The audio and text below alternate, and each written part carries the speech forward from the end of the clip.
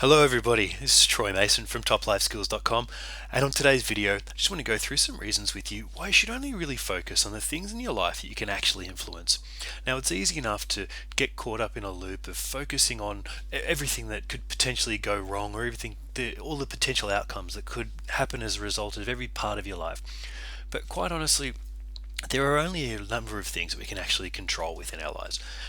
To pose this as a question, do you ever find yourself caught up in a constant loop of stress and anxiety about things that are really outside of your control, things that are outside of your sphere of influence that you don't really have any ability to actually change the outcome of?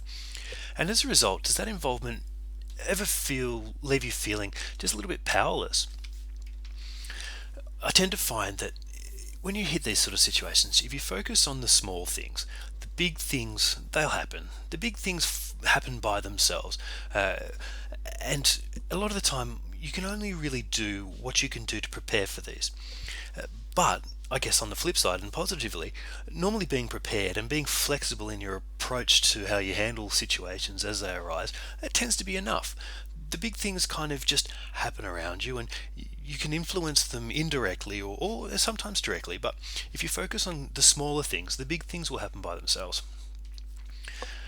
Now, where you find yourself in a situation where your focus isn't actually in the right place, that can lead to feelings of being overwhelmed, of taking too much on board, which in itself can lead to feelings of stress.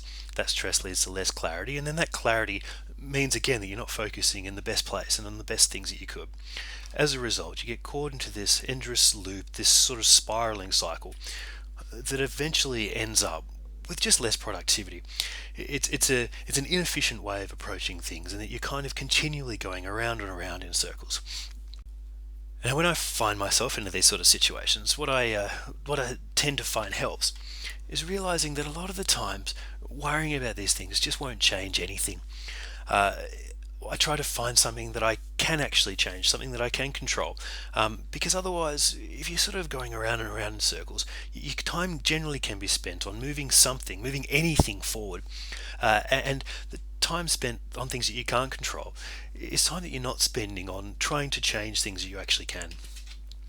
Another way that I like to look at it is that movement equals motivation. Just the inspiration from doing something, moving something forward, helps to motivate you in other ways, to move you forward.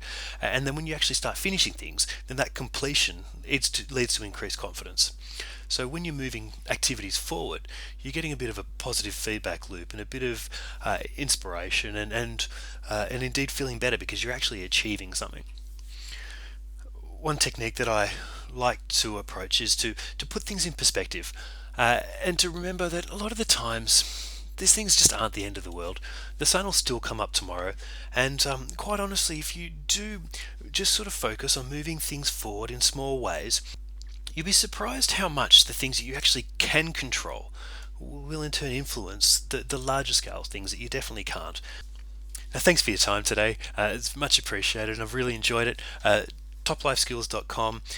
The details for the mailing list and how you can connect with me on social media are all up there, and I look forward greatly to speaking with you again soon. Cheers.